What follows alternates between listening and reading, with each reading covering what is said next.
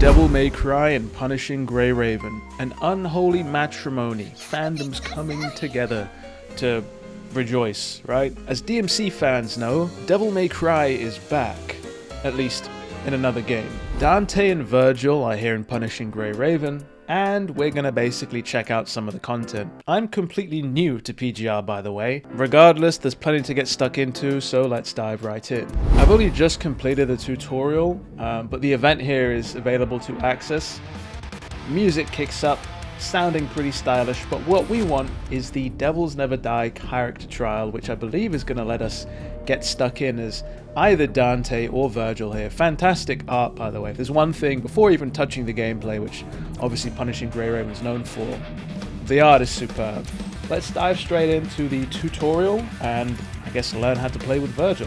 We are playing on PC, by the way, with a DualSense controller. Have you decided which one of you will die first? And then we've got Dan Southworth voicing Virgil himself. Oh.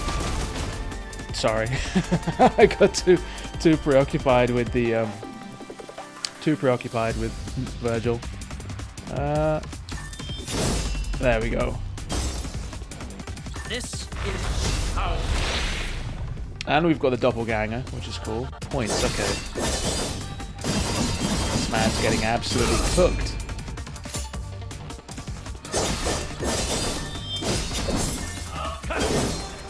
So you can't do it too fast. You shall die. And I think Dan Southworth, if I'm not mistaken, has actually provided some new voice lines for PGR, which is quite cool. Ha! Opens up the void into nothing. Quite basic as a tutorial. Let's check out the combat practice. Tap the yellow orb to switch to Beowulf. Kick 13, okay. I see, so you have to chain it basically, right? God damn. They've managed to take quite a lot out of the moveset, which is quite surprising. Like, considering this is like a mobile game, and comparing this to perhaps... Alright, bloody hell.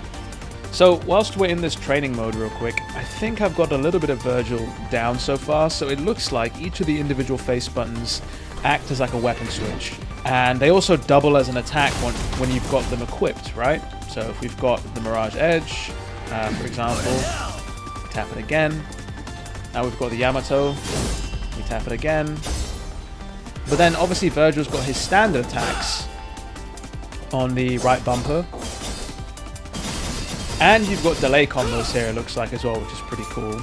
He's got his trick... Well, he can trick backwards and forwards, but if you stay stationary, he can trick up, which is cool. And if you're in mid-air, he'll actually trick down. So, like, there is a surprising amount of Virgil's moveset that they've managed to actually include here, which is crazy. If I hit him with the old Rising Dragon, I suppose, we can follow up with the Lunar Phase in mid-air. The jump button is technically a launch button as well, so we've got high time here with the Mirage Edge. And we've also got... Dude, that's crazy. If you press and hold, there are so many modifiers, it's nuts. What if we use the Yamato and we try and launch? I see. Wow. You can add a judgment cut to every individual sword strike with Virgil, which is crazy if you time it perfectly. On every single attack. This is... Dude, I'm genuinely surprised at the amount of attention to detail that they've put into this. This is crazy. Hats off to the PGR team, man. They've done the characters justice. And this is just off of me messing around with Virgil here. Okay, Judgment Cut End doesn't do that much damage, but we're here for the move set and the characters. We're not here for the damage scaling. Right, and I see. So if you just tap the button as well, you just send out a simple summon sword.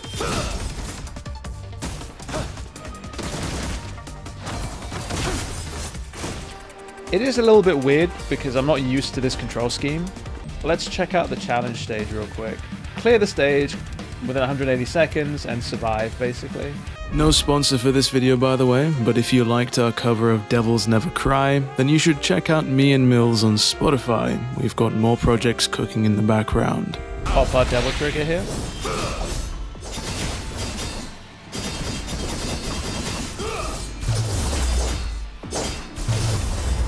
Nice. Not bad. Too That parry did quite a lot of damage though. too slow. I like that you can do a rapid slash after you dodge, which makes sense. Not bad. Yeah, you really have to dodge those. You can't just like space them out. The most 2000s-esque boss fight ever. Virgil with the katana just facing off against basically what is a Digimon.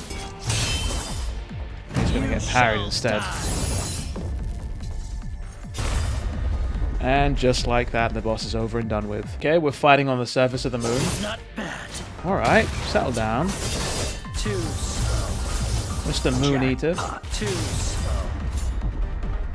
So with Virgil out of the way, we can probably go ahead and take a look at Dante. But before that, because we managed to complete a bunch of things, they've given us a bunch of rewards to claim, including some of those R&D tickets, which I believe are what you use to basically pull or, you know, gacha your way into one of the Devil Hunters. Though, what have we got here in terms of details? Okay, voiced by Ruben Langdon. I'm sure many people will be happy to hear that news. And now, I'm gonna play with you. Wow. Okay, Dante. It's a bit suspect, but alright. So much like Virgil, you can kind of switch, right? Go straight into the old million stab. Alright, and he goes off into the Dance Macabre. Okay. I don't actually know a lot of Balrog's move names off the top of my head. Obviously, we know what Real Impact is. Alright, they've even got the old, they're not summoned swords, are they? Right, and then we've also got Faust Let me show here. you what I've got. Does this use anything? Any currency? It's showtime. SDT Sin Inferno. Right, I see. And then when he's got more than 800, we can do the move everyone knows about. Which, that sort of dance with the sword is, I think, similar to what they had in the DMC1 intro with Sparta. Good old Vortex. Right. Activate your trap card, cast people into the void. Does that slow down time almost? It looks like it does. Standard combo B off into a million stab. Can I? There's no rebellion combo A. Alright, cool. It's not even a rebellion, it's the Devil Sword Dante. What am I saying? And then if we hold it, we go into high time. And then we go into aerial rave. We can Stinger, right. What if I hold this in midair? What happens? Oh, I see. So you can get a Helm Breaker, you just have to hold, and then you go straight into drive. Or overdrive. Okay. Let's check out Balrog. Go back to hell. Is that's not straight, is it? I don't think so.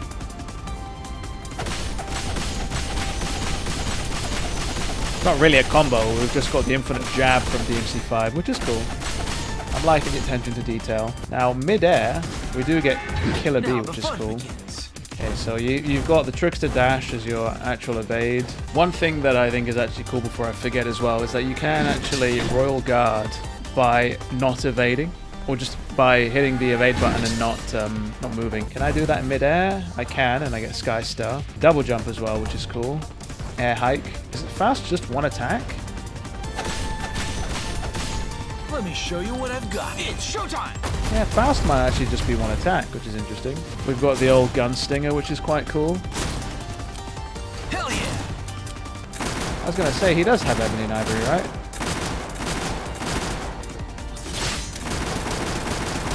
And you can use it in mid-air.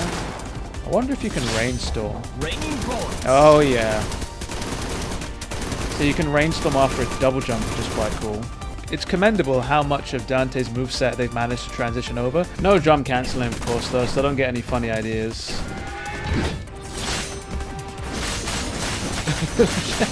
What is this, the DMC2 effect? The amount of range on that is crazy.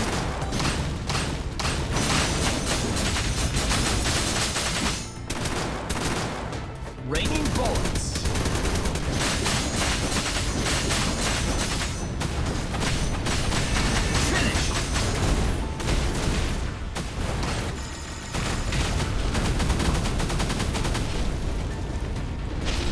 And then I guess since we've got as many points as we have here, we should be able to just... Okay, I didn't do that much damage, but that's fine. Nice. What you lack is this. We actually... That surprisingly was actually a you little bit like more it? of a challenge than I expected.